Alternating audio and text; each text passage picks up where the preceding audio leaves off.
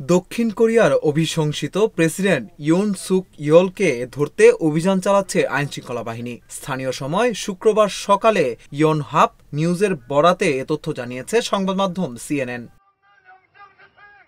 প্রতিবেদন বলছে, তদন্তকারীরা অভিশংসিত প্রেসিডেন্টের বিরুদ্ধে গ্রেপ্তারি পরোয়ানা কার্যকর করতে তার আবাসিক কম্পাউন্ডে প্রবেশ করেছেন। গত ডিসেম্বরের শুরুতে হঠাৎ করে সামরিক আইন জারি করার পর বিদ্রোহের নেতৃত্ব দেওয়া সহ একাধিক বিষয় নিয়ে তদন্তের জন্য জিজ্ঞাসাবাদ করা হচ্ছে তাকে। এরই ধারাবাহিকতায় ইউনকে ধরতে পদক্ষেপ নিয়েছেন তদন্তকারীরা। এর আগে গত মঙ্গলবার অভিশংসিত প্রেসিডেন্ট ইউনের বিরুদ্ধে গ্রেপ্তারি পরোয়ানা জারি করেন দেশটির একটি আদালত। একজন ক্ষমতাসীন প্রেসিডেন্টের বিরুদ্ধে এমন আইনি পদক্ষেপ এটিই প্রথম। প্রেসিডেন্টের নিরাপত্তা দল বলেছে, পরোয়ানা কার্যকর করার সঙ্গে সম্পর্কিত বিষয়গুলো নিয়ে যথাযথ প্রক্রিয়া অনুসরণ করা হবে,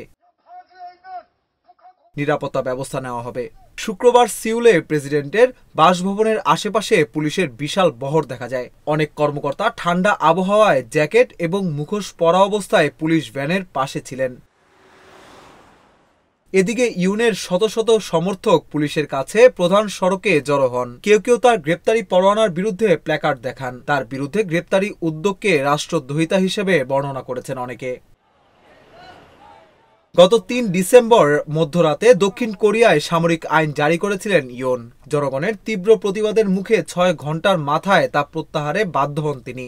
এর জেরে বিক্ষোভের মুখে ১৪ ডিসেম্বর পার্লামেন্টে অভিশংসিত হন ইউন। প্রেসিডেন্টের দায়িত্ব থেকে এরপর ইউনকে সাময়িক বরখাস্ত করা হয়। দেশটির সাংবিধানিক আদালতে ইউনের তাকে প্রেসিডেন্টের পদ থেকে অপসারণ করা যাবে।